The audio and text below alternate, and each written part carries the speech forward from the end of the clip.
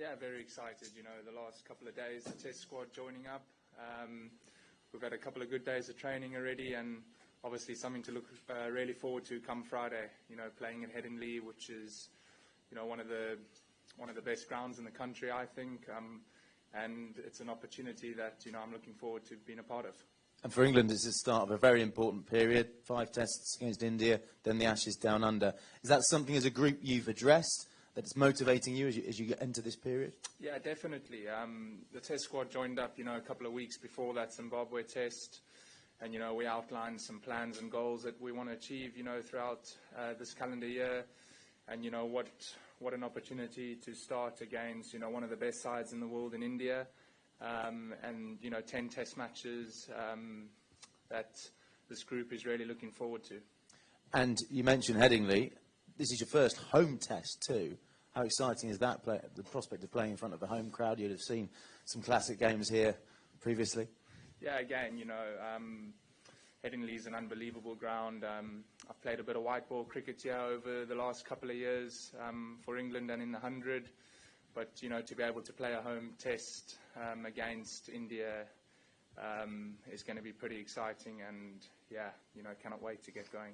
And do you see this period as well as an opportunity for you to cement your place? 5 tests in now. You've started really well, but is this a chance to kick on with the Ashes in the winter to come as well? Again, I think it's a great opportunity. You know, I've spoken before about, you know, the group of 10 fast bowlers that England have, you know, a couple of injuries here and there, but, you know, we've still got a pretty healthy stock of bowling to pick from, and it's another opportunity in home conditions to, you know, show the different skills that I can bring to the team.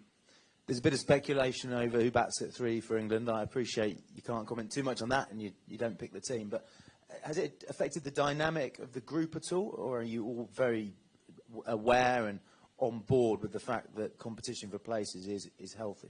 I think competition for places is healthy. You know, there's a squad of 14, yeah, and everyone's ready to go. Both Popey and Bethell have been training really well this week. So, you know, when the team is selected, you know, whoever gets the nod there will be 100% ready to go. And what are you expecting from India? It's an India side that's lost some legends, if you like, and there's a few fresh faces, some inexperience at the top of the order. What do you think they'll bring? Yeah, look, obviously, you know, Virat and Sharma are massive losses for their batting lineup. They've been experienced players over a number of years and, you know, world-class batters. But, you know, the depth that Indian cricket have and the quality and players coming through, you know, they will without a doubt put up a very strong 11, and we're ready for whatever challenge that brings. Some of the top order batsmen, though, don't have a huge amount of experience in England in English conditions. Could you use that in your favour? Could that be a weakness?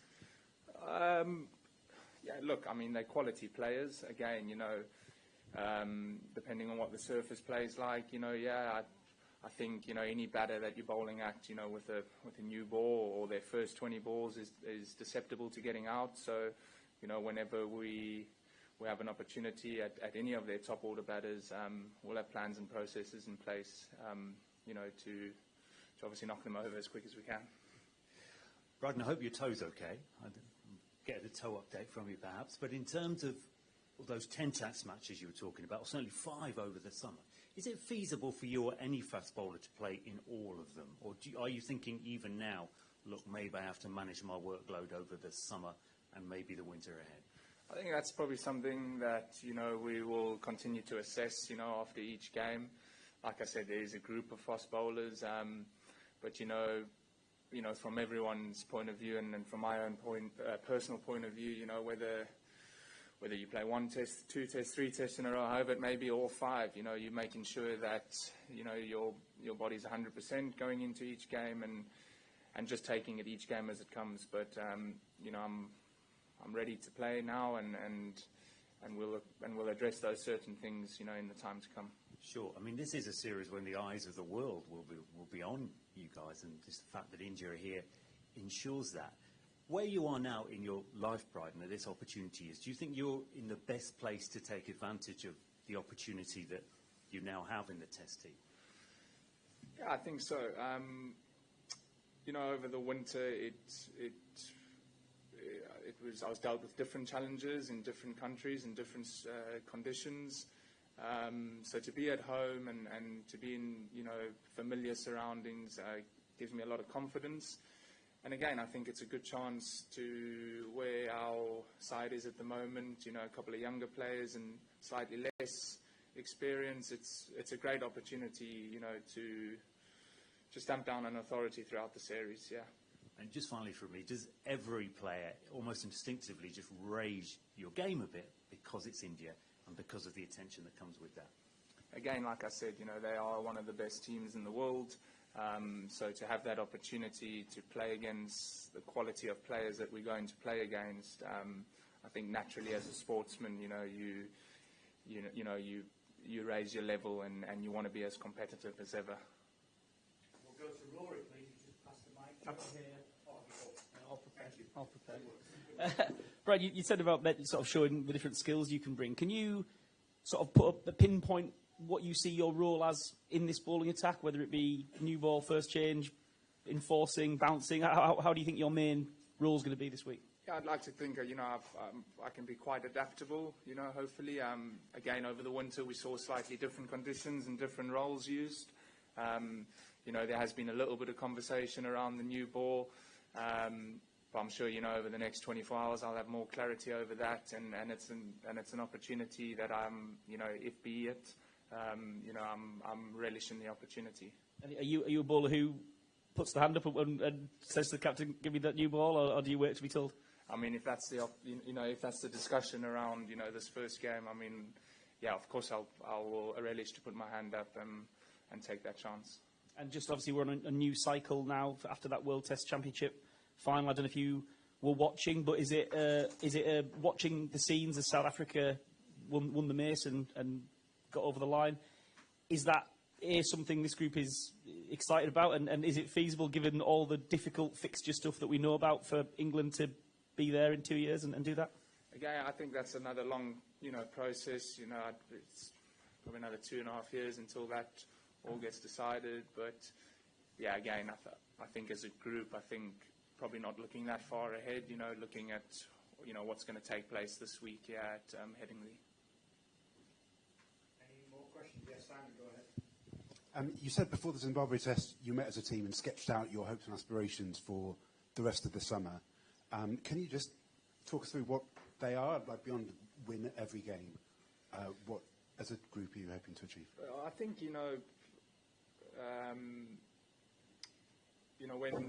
when Stokes and Baz took over the test side, a couple of years ago, they obviously had, a certain style of cricket that they wanted to play. And I think looking back over the last 2 years, what the test side has done, you can never take away that they've played some entertaining cricket and they've won a lot of good games. So, maybe just trying to become, taking a good team into becoming a dominant team, and what a better opportunity to do that starting against India. Yeah, John behind, and then we'll go to the front here. Brydon, you mentioned the need to be adaptable in the roles that you play. Do you see it as part of your job almost to potentially change roles almost game by game, depending on what other bowlers you've got around you? Again, yeah, I think so. I think when you look at, the group of bowlers, there'll be guys to come in, throughout the series. So, yeah, being adaptable and being flexible, around my certain role in the team is something that I know is probably going to happen, and I'm, pretty acceptable of that. No, this gentleman here first, and then you. Go ahead. Yeah, we've got mine. Hi, Brydon. Given the onset of Bazball as well as the changing character of the English pitches, is it a lot more challenging for fast bowlers now as compared to, say, prior to Bazball? In terms of the wickets? Wickets as well as a challenge for the fast bowlers because of Bazball, the pitches in England also have changed a bit. It isn't, swinging and seaming as it used to be about, say, 5 years ago. Yeah, I think, I think the wickets in England have, over the last couple of years have been good test wickets. It's been, I feel like in England, if a batter gets in, He'll be able to score runs freely, but at the same time, you know, you feel like you're always in the game as a bowler if you have good rhythm and you're bowling well as a unit. So I think the contest between bat and ball is pretty even at times. Yeah, if that answers your question, I think. Yeah. Hi, Brydon. Brydon, many former cricketers, experts have labelled this English pace attack as vulnerable, inexperienced after so many injuries and retirements in the last few years. Do you agree with that assessment that, you know, that inexperience and vulnerability can play a major part in this series? Yeah, I think there's no hiding away from the fact that, you know, over a number of years, England have had, you know, Broad and Anderson as the main two bowlers. So yeah, so it is slightly more inexperienced, but a lot of the guys that have come in and played Test cricket over the last couple of years have started off well, and that will give them a level of confidence. But again, you know, having the likes of, you know, someone like a Chris Wokes, who has played a lot of Test cricket in different conditions against different teams, he's someone that, you know, brings a level of confidence and calmness to a group of bowling. Okay, thank you. Thanks, Brydon. Thanks, everyone.